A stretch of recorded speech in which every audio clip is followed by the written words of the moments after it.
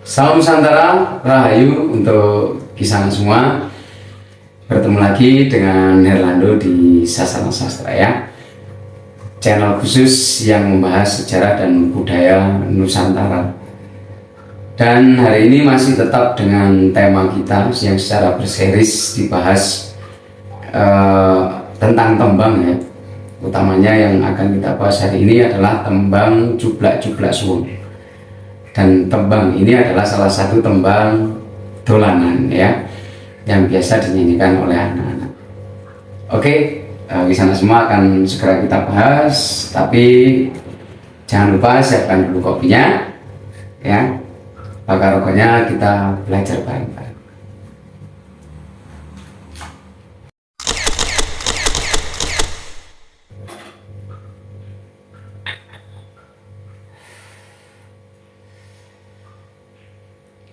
Baik, kisah semua, pastinya tembang Jublak Suweng ini sudah sering kita dengar gitu ya.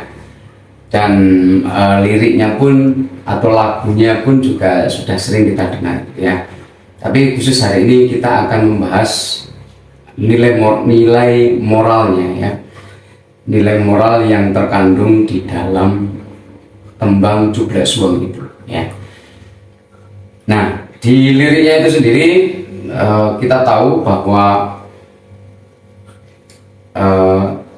tembang Jublak Suweng ini cukup memiliki bahasa Jawa yang sangat rumit gitu ya. Kita mungkin nggak tahu apa itu yang dinamakan suweng gitu kan, Jublak Suweng. Kalau kita langsung ke lagunya gitu ya, lirik lagunya yaitu Jublak Suweng suwenge ting gelenter gitu ya. Apa sih makna daripada suweng itu sendiri ya?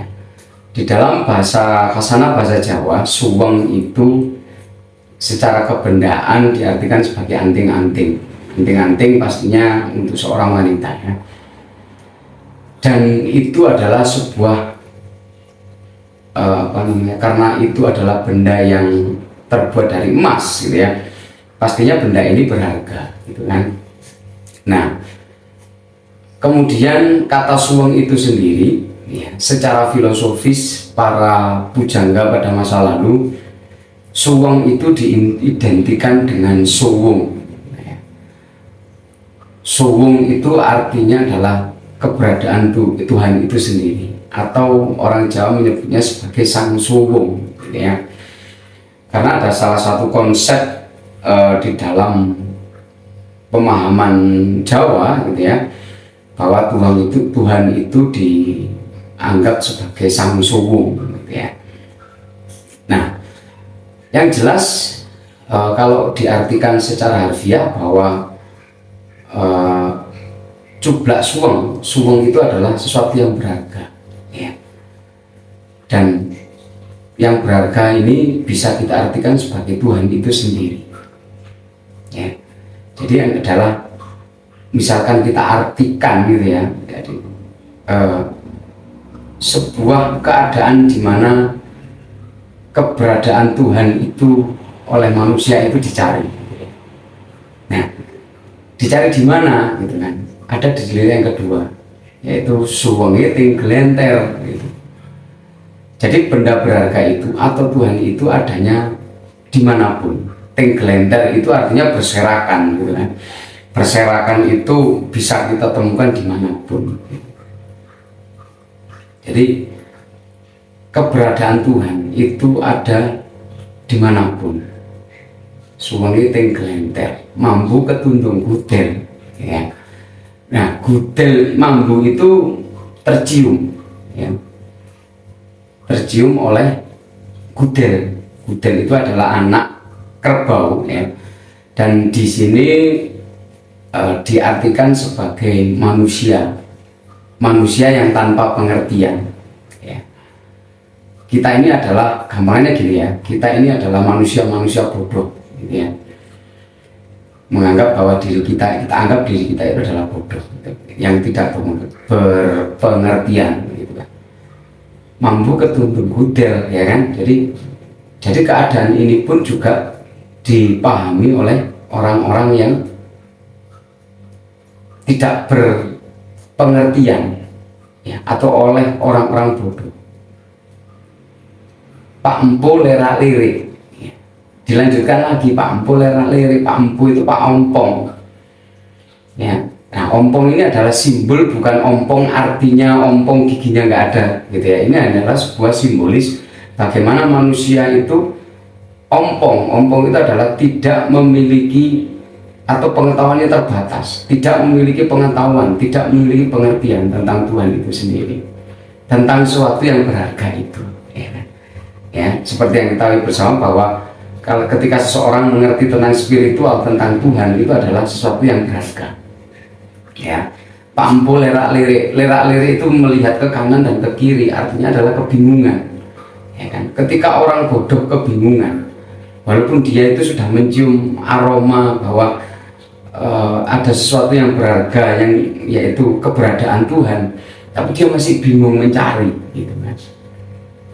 Dan kemudian ada seseorang, katakan seperti itu ya, sopong guyu ndelekake. Dan ketika ada seseorang gitu kan yang guyu, tertawa, sopong guyu ndelekake, yang menyembunyikan, maksudnya adalah ada orang bijaksana ya, orang bijaksana yang mengetahui tentang ilmu spiritual, ilmu keberadaan tentang Tuhan ya. Jadi di situ kita diberikan sebuah gambaran bahwa ketika kita bodoh ya kan, kemudian kalau kita artikan ke dalam diri kita sendiri gitu kan, bahwa kita itu seharusnya bijaksana menyikapi ini ya. Kita tahu diri kita itu orang bodoh, kita tahu diri kita itu tidak memiliki pengertian apapun tentang Tuhan. Jadi kita paling tidak kita memiliki sikap bijaksana, karena Tuhan sudah memberikan kita yang namanya akal budi ya. Dengan cara apa gitu kan, dibahas di bait terakhir, sirpong dele kopong ya. Sir itu diartikan sebagai hati nurani ya. Dele kopong, dele itu sesuatu benda kecil, kedelai kecil. Walaupun kita itu nurani kita itu kecil gitu kan, hati kita itu kecil, itu kita kosongkan. Yang ini dimaksud di situ adalah apa? Bahwa kita itu harus mengosongkan diri, misalnya gitu. Mengosongkan diri bukan berarti ya gitu, mengosongkan diri itu kita nggak memiliki rasa cinta, kita nggak memiliki ego hawa nafsu ya kan, kita nggak memiliki amarah, bukan seperti itu. Yang dimaksud dikosongkan itu adalah gini, sirpong dari kosong, kita kosongkan diri kita, atau maksudnya kita hindarkan diri kita dari sifat-sifat buruk. Salah satunya adalah dengki, iri gitu ya, kemudian culas gitu ya, mungkin juga amarah yang berkobar-kobar, itu yang kita hindarkan dalam diri kita. Disitulah kita bijaksana menyikapi diri kita. Jadi kita nggak perlu menilai orang gitu ya, tapi kita semuanya harus kita kembalikan ke dalam diri kita sendiri gitu. Jadi kalau dari lirik pertama sampai lirik terakhir itu kalau diartikan secara runtut ya, di sana semua bahwa kalau seseorang itu ingin mengetahui Tuhan, mengetahui keberadaan Tuhan ya, kamu harus bersikap polos, sikaplah bodoh. Kita harus mengetahui bahwa diri kita itu adalah orang-orang bodoh, kita orang-orang yang tidak berpengertian ya. Tapi kita semua ini harus bijaksana menyikapinya.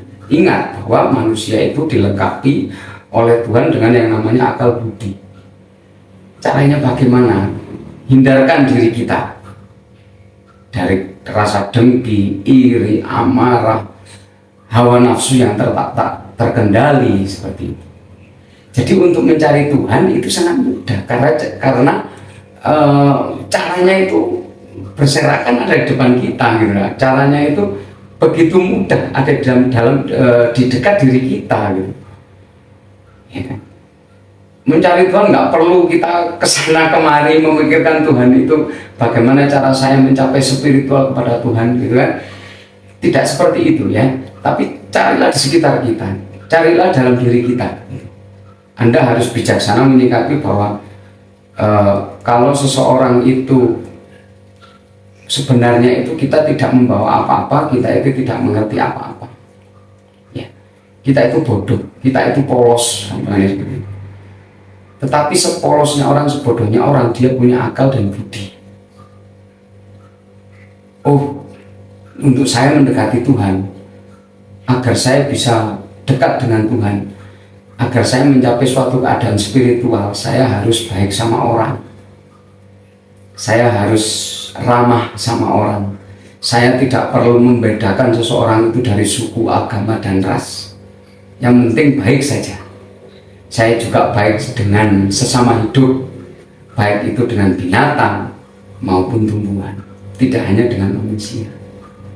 Ya, itu artinya di sana semua. Dan arti daripada Cublek Suweng itu sendiri kalau kita kupas itu sangat indah.